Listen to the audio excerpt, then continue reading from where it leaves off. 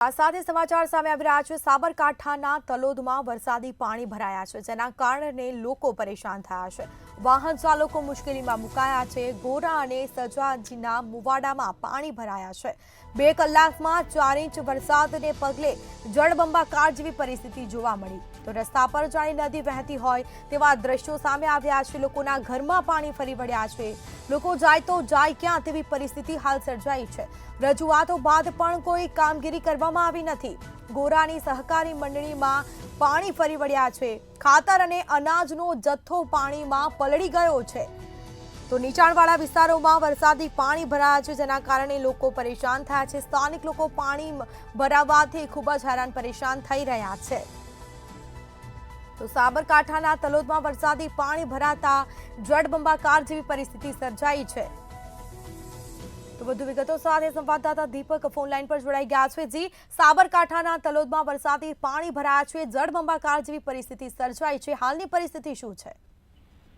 જી, ચોક્કસથી જણાવી દઉં કે સાબરકાંઠામાં અવિરત વરસાદના લીધે જો વાત કરવામાં આવે તલોદ છે, તલોદના ગોરાગાંવ અને જસાજીના મુવાડામાં વરસાદી પાણી ભરાયા હતા। ત્યારે વાત કરીએ 2 કલાકથી 4 ઇંચથી વધુ વરસાદ ખાબક્યો હતો। બધા જે નીચાણવાળા વિસ્તાર છે, નીચાણવાળા વિસ્તારોમાં પાણી ભરાયાના બનાવો સામે આવ્યા હતા। જો વાત કરવામાં આવે ગોરાગાંવ અને જસીજાના મુવાડાના સ્થાનિકો પાણીમાં ભરાવાથી પરેશાન થઈ ગયા હતા।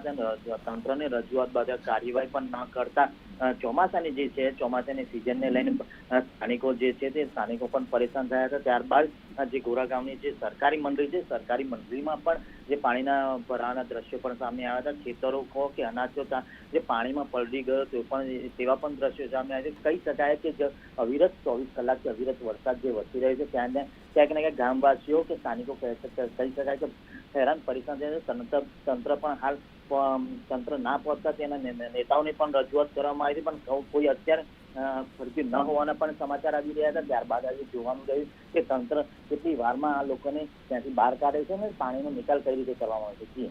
જી બિલકુલથી તમામ જાણકારી આપવા બદલ આપનો આભાર।